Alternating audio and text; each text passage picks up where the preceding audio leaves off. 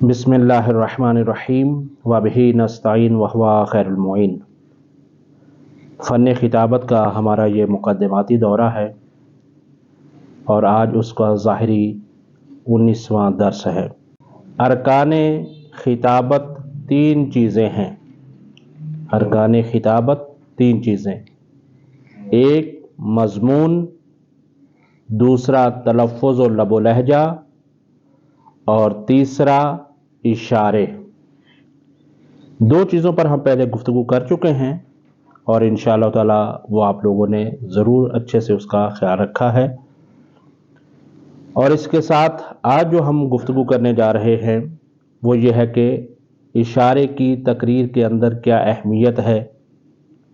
اس سے پہلے کہ ہم اپنی گفتگو کو آگے لے کر چلیں، میں اپنے تمام تر ناظرین اور سامعین سے یہ عرض کرنا چاہوں گا کہ اسی طرح کے ہمارے باقی بھی دروس ہیں جو خطابت پر مشتمل ہیں، اور وہ دروس خطابت کو بطور خاص بیان کیا گیا ہے کہ تلفظ کیا ہوتا ہے، لب و لہجہ کیا ہوتا ہے، مضمون تیار کیسے کرنا ہے، اس کو یاد کیسے کرنا ہے، بیان میں کیسے لانا ہے۔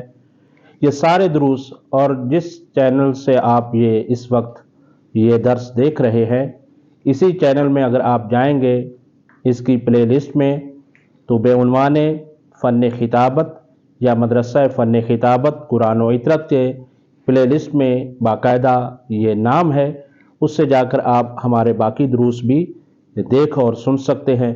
اب میں یہ تو نہیں کہوں گا کہ آپ سبسکرائب کیجئے یا لائک کیجئے، وہ آپ جیسے سمجھیں، لیکن کم سے کم یہ آپ کی ہو سکتا ہے کہ کافی ضرورت کو پورا کرے انشاءاللہ تعالی۔ بس گفتگو کو آگے بڑھاتے ہیں۔ وہ یہ ہے کہ عزیزان، اشارے کی اہمیت اتنی زیادہ ہے کہ آپ تصور یہ کیجئے کہ اگر دو خطیب ہیں اور ان میں سے دونوں کا علم بھی برابر ہے، لیکن اگر آپ ایک خطیب کو ہاتھ باندھ کر بٹھا دیتے ہیں اور پورا بڑے سے بڑا نام ہے اور وہ ہاتھ باندھ کر بیٹھ جائے تو پوری تقریر اس کی پھیکی پڑ جاتی ہے، اور اس کے بالمقابل اگر کوئی انسان تقریر کو اشاروں کے ساتھ کرتا ہے تو اس کی تقریر کامیاب ہو جاتی ہے۔ باقی شرائط بھی ہیں۔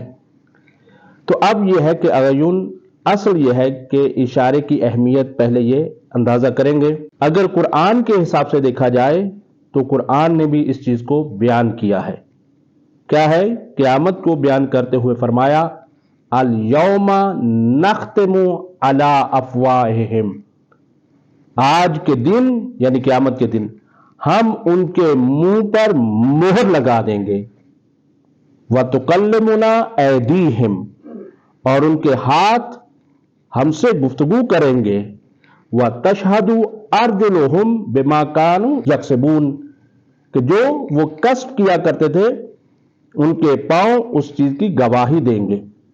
برائے یہاں پر اخلاقیاتی گفتگو بھی ہے، عرفانی گفتگو بھی ہے کہ یہ گواہ مجرم کا غیر ہوتا ہے، تو وہ کیا چیز ہے جس پر اس کے اپنے ہی پاؤں گواہی دیں گے۔ اس کا مطلب یہ ہے کہ مجرم کوئی اور ہے جس پر پاؤں گواہی دے رہے ہیں۔ تو بہرحال وہ اپنی جگہ پر علمی ایک نقطہ ہے۔ تو بس عزیزان، آپ نے دیکھا کہ اللہ بھی یہ کہہ رہا ہے کہ ہم ان کے منہوں پر مہر لگا دیں گے اور ان کے ہاتھ یعنی اعضاء و جوارح اس کے بولیں گے، گفتگو کریں گے۔ تو یہ ایسا ہی ہے کہ انسان کا پورا وجود بولتا ہے، جیسا کہ آج کے دور میں اگر آپ دیکھیں تو کہا جاتا ہے باڈی لینگویج، یعنی آپ زبان سے کچھ کہہ رہے ہوتے ہیں اور آپ کا وجود کسی اور چیز کو بیان کر رہا ہوتا ہے۔ لہذا دونوں کا آپس میں مطابقت ہونا ضروری ہے۔ جیسا کہ ہم نے عرض کیا تھا، الفاظ اور لہجے میں مطابقت ہونا ضروری ہے، اسی طرح سے الفاظ اور آپ کے اشاروں میں بھی، باڈی لینگویج میں بھی مطابقت ہونا ضروری ہے۔ اور پھر انسان طبعی طور پر، اپنی طبیعت کے طور پر انسان متحرک چیز کو پسند کرتا ہے۔ یہ انسان کی طبیعت ہے، فطرت نہیں ہے۔ طبیعت میں یہ ہے کہ وہ متحرک چیز کو پسند کرتا ہے۔ اگر وہ کسی ساکن چیز کو دیکھتا ہے تو زیادہ دیر دیکھ نہیں پاتا، لہذا اسے اگنور کر دیتا ہے۔ اسی طرح سے اور بھی بہت ساری چیزیں ہیں جو اس چیز کو بیان کرتی ہیں کہ اشارے